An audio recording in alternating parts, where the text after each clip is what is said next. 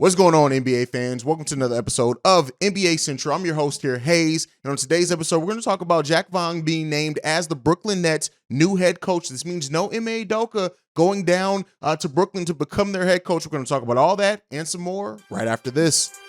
Thank you. The number one place for your daily basketball fix, NBA Central, hosted by the one and only CEO Haize. All right, NBA fans. So a move that was not expected, right? So it had been announced shortly after moving on from Steve Nash that the Brooklyn Nets were interested in hiring Ime Udoka, that they had even gotten permission from the Boston Celtics to hire them as their new head coach. Now, it did come out that owner Joe Tsai was going to go do some research on Ime Udoka before they officially made the hire. But it seems like they've moved in another direction. They're actually going to allow their current interim head coach, Jacque Vaughn, to be the permanent head coach. Now, in this, it was quoted that Jack's basketball acumen, competitiveness, and intimate knowledge of our team and organization made him a clear-cut best person to lead our group moving forward. That's from general manager Sean Marks. He says he's proven the ability to get the best out of our players, hold them accountable, and play a cohesive team-first style of basketball. Now, what does this mean? Did this mean that in the course of researching and doing some checking on Ime Udoka, did some things come out that scared them away from hiring him? It could possibly be so, right? But not to speculate on that. All that's speculative so far, so we're not gonna get into that so much. As of right now, Vaughn has a record as being 2-2 as the active head coach for the Brooklyn Nets. And the Nets are in an interesting situation, right? Haven't dropped a video on it yet. I was going to on the whole Kawhi Leonard thing. I'm sorry, not Kawhi Leonard. Jesus, Kyrie Irving thing. As far as him being suspended for at least 5 games, and there's a rumored list of all these things he has to do before he comes back. This has turned a lot of people against NBA. There are people that are boycotting the NBA. I know some streamers on this platform of YouTube who have decided not to stream post-game shows for the NBA while this is going on with Kyrie Irving. Now, Kyrie did have an interview with Commissioner Adam Silver that was reportedly positive, and some ground was made. I don't know exactly what that means as far as getting him back to being on the Brooklyn Nets. But at the end of the day, this whole Brooklyn Nets debacle is just from their play at the beginning of the season, so far on the season to, the offseason with KD and Kyrie just kind of not knowing what was going to go forward, if they wanted to stay with Brooklyn, if they didn't want to stay with Brooklyn. This whole situation is a hot ass mess, is what it is. To quote my grandmother, is exactly what she would have said. They call this a hot ass mess. That's exactly what this is. And it's not a situation that not one thing is going to fix it. Some irreparable damages have been done in this case. I do think the relationship between Kyrie and the Nets at this point, can that even be salvaged? Do they have to move on? We know he's a free agent at the end of the season, but does he have to move on? Will they move him now to keep him from moving in free agency and getting nothing back in return? That's definitely on the table, I would think. Now, I'm sure any team that wants to give up some capital for Kyrie Irving is probably going to want to get an extension locked in or something to have some promises there. But do not be surprised if this whole Brooklyn Nets thing, this whole thing that came together, right, with KD wanting to leave Golden State Warriors to really lead his own team, Kyrie wanting to come with him, them making the decision to bring in Steve Nash, and they wanted James Harden, just everything that the Nets did is they kind of sold their soul once KD wanted to come here to keep the players happy, and they've gotten nothing in the long term in return for it. And, I was already planning a video and to do this on if Brooklyn or the Lakers would be the first to blow it up. And I'll still have that conversation a little bit towards the end of this. I'll bring in the Lakers as another topic towards the end of this video.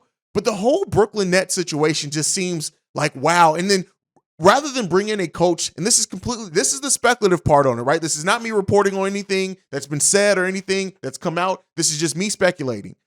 I think the decision to not bring in Ime Udoka, while it could be based on some things that came out, right, about him, but it could be signify that this Brooklyn Nets organization realizes, listen, we got to blow this up. We have to blow this up. We have to trade maybe KD and Kawhi. I'm sorry, I keep saying Kawhi. Maybe KD and Kyrie to just bring in more talent into this roster, right? So we can start rebuilding, so we can start fresh in doing that, because I tell you what, A team that's 4-7, while it's not the end of the world, right? This team absolutely could be one of those teams that they get to clicking, and in the second half of the season, they're much better. It could very well be that Ben Simmons, who's been in and out of the rotation, but also, was a year out of basketball. So it could go that way, right? I want to look at it fully and say, yes, there is a complete possibility in which this is somehow salvageable, that they somehow pull this together, they end up having a successful season, winning cures all, as we know in most cases, rather than not. But I'm looking at this and saying to myself, like, you kind of have to, at this point, in my opinion, consider, if you're not moving the hell on, moving the pieces that you have, the superstars that you have in KD and Kyrie, keeping some of the young players. You have some promising young players down here. Nick Claxton I like a lot, and he's having a solid season. Again, not any type of franchise talent or anything, but you could do that. You could also still hold on to Ben Simmons and say, well, now that we're not really competing, if we do decide to blow it up, let's see if Ben Simmons, we can fix him as well as cultivate that talent and salvage a trade that we made. The Brooklyn Nets are not in an enviable situation at all. And as this continues to go for them and continues to play out, it just looks more and more dour every step of the way, right? And this is not to slight on Vaughn as a head coach because, okay, he's done pretty well, right? And this is a team that doesn't seem like they're going to be a good team this season. But are they? Would they blow it up is the question. I think they almost have to move Kyrie at least. You got KD under contract he's just kicking into that extension, so you got him under contract for a nice handful of years too. If you do want to try to retool around KD, maybe even move on from Ben Simmons, maybe trade Ben Simmons to another team that's even further away than the Nets are, so they can deal with trying to develop him at this point. But the Nets are just in such an interesting and unique situation that it's just like, wow, how did we get here, right? How did they get there? Because it's not I'm not a Nets fan. How did they get there? It's crazy to think like how you can have two superstars willingly come to your team and it just turned out to what it turned out to be. Let me know what you guys think down below. What do you think about Jacque Vaughn as the head coach now of the Brooklyn Nets? Do you think, like me, that maybe this signifies that the Nets may not be trying to bring in a big name head coach right now because maybe they are considering blowing it up? Maybe they are considering moving both Kyrie and Kevin Durant. Let me know what you guys think on that one down below. But let's get into the next topic. I want to talk about this just because it was already a planned video. So hell, I got to record because it's an update. Let me record this too. The Lakers. The Lakers right now have been hesitant to make any trades, and they're not expected to make any trades as much as there's been rumors about them moving AD and things like that. But the fact that they are hesitant to give up their 2027 and 29 first-round picks, because guess what?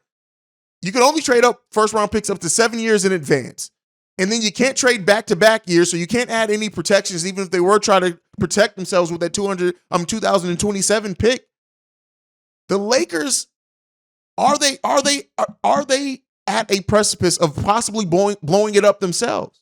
Right? We know that they're not willing to move on from their picks to bring in an influx of talent. And if you can't do that, do you then think to move AD, as some rumors have been said, to then bring in either more draft picks or more talent, whatever it is?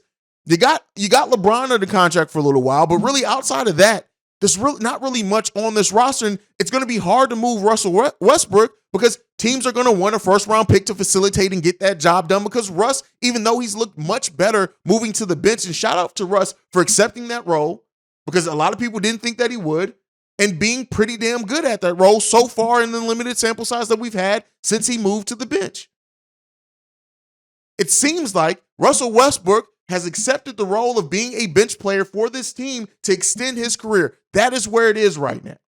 But that does not do anything to change the Los Angeles Lakers outlook, who at the best are probably a playing team. You have one of the best players of a generation, the best player in many people's estimation, and rightfully so, of a generation under contract in LeBron James, and you're barely a playing team.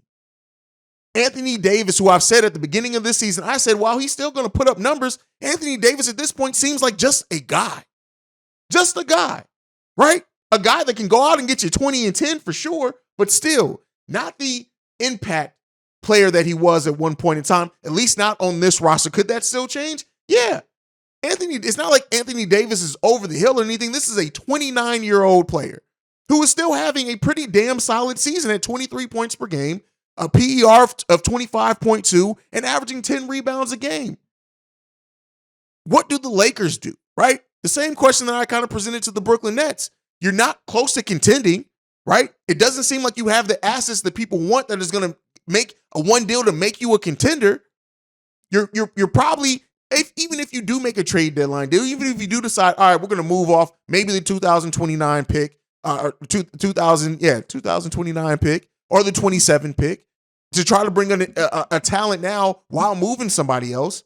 But it doesn't seem like that deal is going to come for the Los Angeles Lakers. And at some point, they have to look at it and say, right, the Lakers don't go into full rebuilds very often. But maybe it's time to start considering one for the Los Angeles Lakers as well.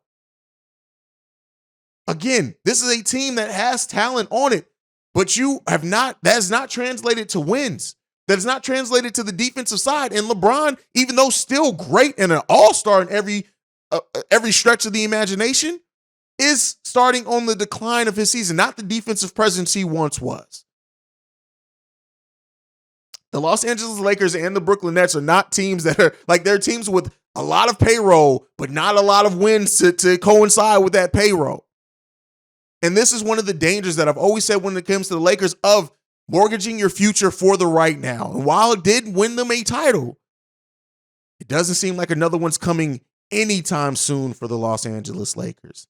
But let me know again down below if you think I'm off on that one. Let me know what you thought. Sound off down below. But that is it for me for today on NBA Central. Make sure you follow me personally at CEO Haize. That's CEO Haize. Still no social media for this channel overall. We'll get to creating that at some point in time. But thank you so much for joining me on this episode of NBA Central. I'm out, y'all. Peace. This has been a presentation of the Breaks Media.